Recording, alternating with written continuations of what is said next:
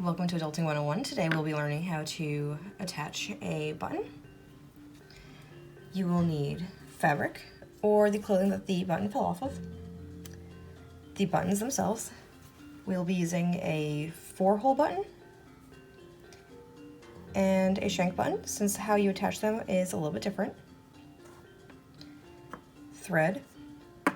Normally you would choose a color that matches your button. We're using contrast so you can see it better. A toothpick. Sewing needles,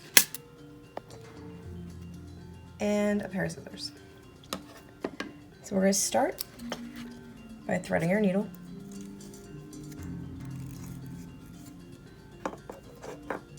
You don't want too much thread because it's going to make it harder to sew. You're more likely to get knots and tangles that you don't want. So we're just going to get a little. You won't have to double it up though.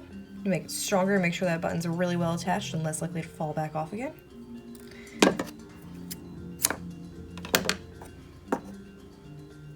To make our knot, you're going to take the two tails, hold them together, wrap them around your forefinger a couple times, put your thumb on top of it, and then just roll it off.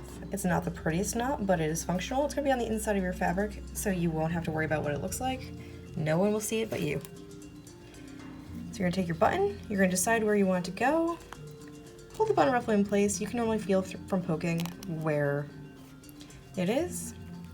You're going to go through your fabric, you're going to go through that shank on your button and pull through once. And then going just slightly to the side, making space for the button shank. Sew back through your fabric. So you can see how close together those are. Not too far apart. So that's one time, which is attached but it's not secure. You're going to want to do it 2 or 3 times. If you're really nervous, you can do more. So 1,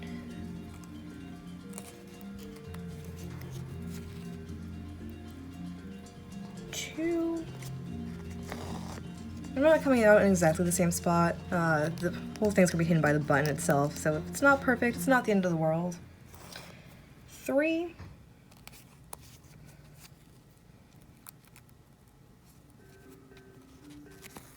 So we're going to flip it over to the reverse side of your fabric.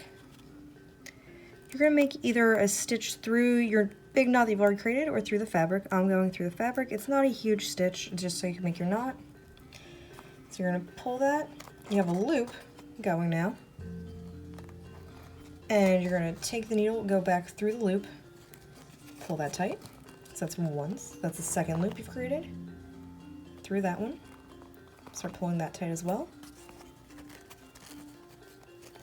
And then a third time, and pull it all the way tight, and trim off your extra thread.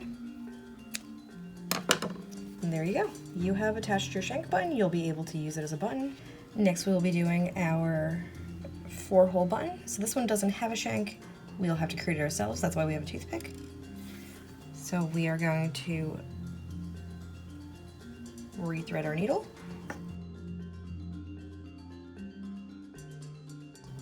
We're going to tie that knot the same way as before, where you wrap it around your finger and then just roll it off and pull it tight.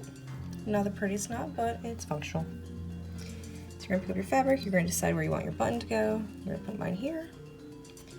You're going to go from the back of the fabric through the button,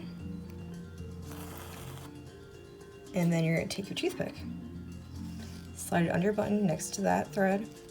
You're going to have to hold the button and the toothpick together, and that's going to make sure you have space to make that shank so you can fit fabric between there. You're going to go down through the hole next to it, over the toothpick, and you're going to do that 1, 2,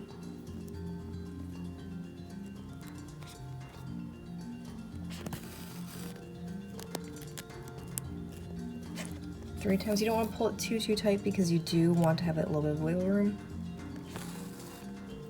You're going to go over, and then you're going to catch the other 2 holes. Because your button's attached, but there's 2 holes, so it looks a little weird that you didn't bother sewing with those 2.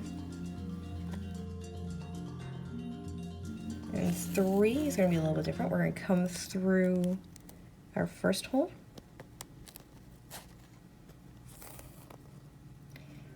And then we're not going to go all the way through, we're just going to go through the button itself. You can see all that extra thread that you've got. So pull out that toothpick. Then you're just going to wrap it around. You're catching these threads, making a little stabler. It's going to look a little bit like the shank that you made. How it's just a little stick coming down. Now you've got little threads coming down. And then you're going to just go through the fabric. Not all the stitches are totally perfect, but again, it's on the inside, it's hidden behind your button, so unless someone's like looking under your button, which is a little weird, no one will know. So you pull it tight, you flip it over, not the prettiest, but again, on the inside. Make a tiny little stitch. You've created a loop. We're going to go through the loop again, making loop number 2, go through loop number 2, loop number 3, and then pull tight, and that secures your button. We're going to put your needle away. And now you have 2 buttons. You have your shank button and your flat button that you made the shank for. And you can now wear your favorite shirt, again, without having to worry about missing buttons. Support public libraries. Like, share, and subscribe for more great videos.